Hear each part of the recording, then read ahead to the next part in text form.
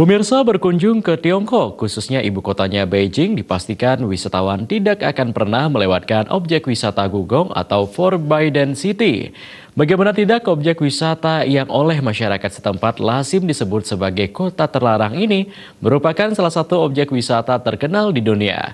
Berada persis di pusat kota Beijing, Gugong selalu dipadati pengunjung setiap hari. Forbidden City berada persis di depan lapangan Tiananmen, Beijing. Forbidden City telah ditetapkan sebagai salah satu warisan budaya dunia oleh UNESCO. Tempat seluas 720.000 meter persegi ini dulunya merupakan istana kerajaan. Oleh karena itu, masyarakat setempat menyebutnya sebagai kota terlarang. Sebagai destinasi wisata terkenal, Gugong selalu dipadati pengunjung tiap harinya.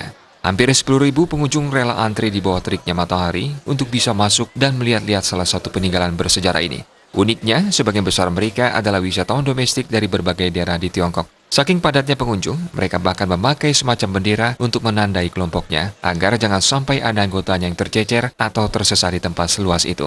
Mereka tertarik mengunjungi tempat ini untuk mengetahui sejarah dan peradaban masa lalu, sekaligus mengedukasi generasi mudanya agar menjaga dan melestarikan warisan budaya leluhur. Memasuki istana terlarang, pengunjung harus melewati gerbang istana berupa gapura dengan 5 pintu besar. Menurut pemandu wisata di sana, Zai Yunfei, pintu paling tengah merupakan tempat raja berjalan memasuki istana sendirian. 2 pintu di samping kiri kanannya, tempat kerabat atau keluarga istana berjalan. Sementara 2 pintu lagi yang paling pinggir, tempat berjalan para pendamping atau abdi raja seperti patih dan semacamnya. Memasuki tempat ini, pengunjung harus membeli tiket setara sekitar Rp120.000. Namun untuk pelajar dan mahasiswa serta anak-anak mendapat potongan 50%. 对，现在很多就包括不仅仅是北京，还有其他全国各地的有一些小朋友们，他们有时候冬天和夏天有那个冬令。 Di dalam istana berdiri gagah dan eksotik berbagai bangunan kuno peninggalan dinasti Ming. Menurut Zai Yunfei, ada ratusan bangunan tempat raja bersama permaisuri dan para selir dan keluarganya.